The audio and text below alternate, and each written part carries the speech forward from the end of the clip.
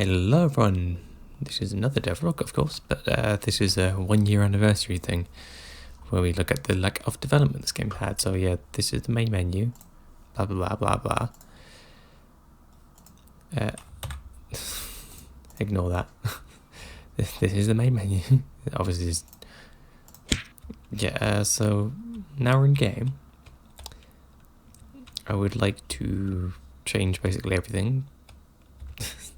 I mean, this AI, I need to add an AI agent that loads as soon as the level loads. Ignore this. Ignore this. You don't have to do anything. And this is just a random NPC test, okay? Ignore the typos. But yeah, this grass texture is just too big. I need to make it smaller. And it's probably a bit too high res as well. It's like you're not going to see most of this. And it looks, there's too much black. There's too many black spaces in it, so it looks really odd.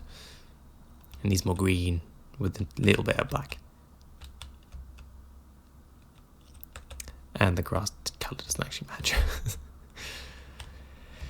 But yeah, I've just sort of like added tests over there just so it teleports us to the next level. But yeah, these shadows are bugged for one reason, and that's because I've set them to be bugged, otherwise they would otherwise be more bugged. Hello enemy, I'm not going to bother with you. Yeah, I need to redo a rock texture. There are no splashes, and you can also... Yeah, development is going okay. Not as fast as I wanted it to go, should you? But it's the character model stuff, because I'm not exactly great at character modelling, so I've never really done that before. I've always been sort of environments and objects. But yeah, if we can just find the trigger, we can teleport to the next level, which is... There you go. Yeah, ignore the cell shading stuff, that was just a test, I forgot to turn it off. And ignore the lighting needs to be rebuilt in the corner there. So yeah, this has been on hold entirely, because like... I shouldn't have started making the second level without finishing the first.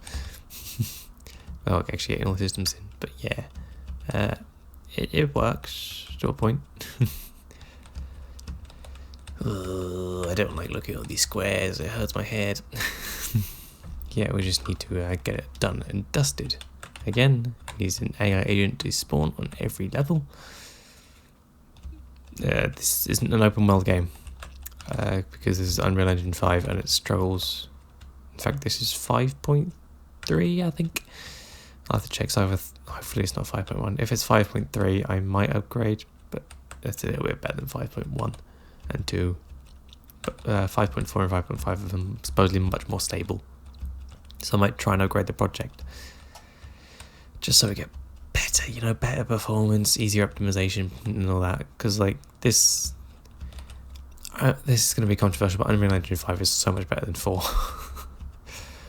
Because 4 had awful performance as well, but like for different reasons. It had like loading stutters because the engine couldn't handle larger areas. Sorry, my eyes itchy. Hey Viva. Yeah, it couldn't handle large areas, so it started when it loaded, and that's why. I mean, SSDs helped a little bit, but still wasn't optimized for big open areas. Which is why a lot of the Unreal 4 open world games run like poo. But Unreal Engine is so much better for open world stuff, but unfortunately because people are like, oh, it's Unreal Engine 5, you must use high-res textures and everything must have 100 million polygons and stuff, it lags. Like, because they think Nanite is a solution to everything. It's not. Nanite, I'm not going to use Nanite in this game, by the way, because they don't need to, but like, you see what these Unreal Engine photorealistic games that use Nanite, and it's like, Nanite isn't exactly performance easy on like lower end PCs. So if you're still stuck with, you know, a 2060 or whatever, you're still going to struggle. Mainly because the VRAM as well only has 6 gigs. Yeah, and even on like more low mid-end PCs, like the 3060 and stuff, it will still stutter. I know that because I used to have a 3060, but... Yeah, they got a nice 4070 Super now though, which doesn't even break a sweat. Has not broken a sweat yet. It's defeated everything I've thrown at it, except if it's poorly optimized. I was about to say Wu-Chang, but no, Wu-Chang runs okay.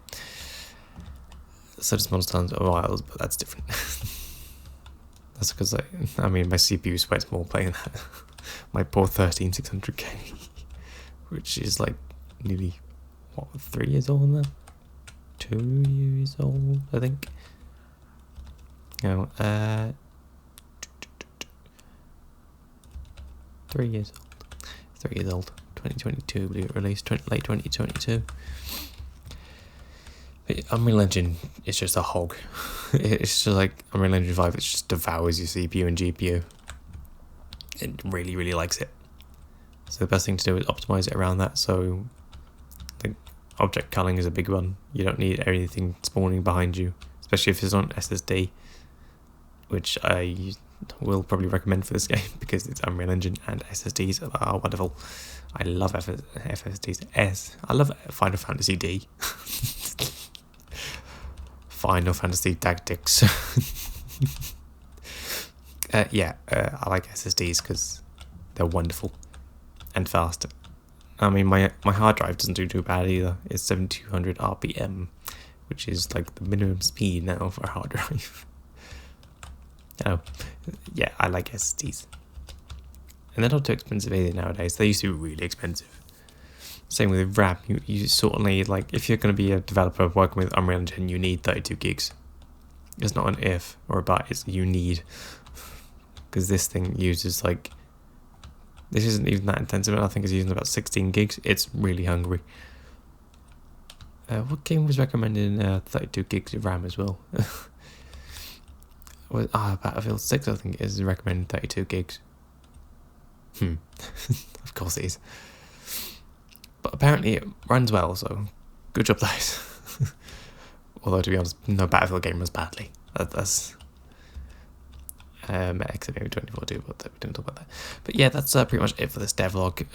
Wow, it's quite a long one. But yeah, it's just me talking about Unreal Engine, the sort of like future of the game and stuff.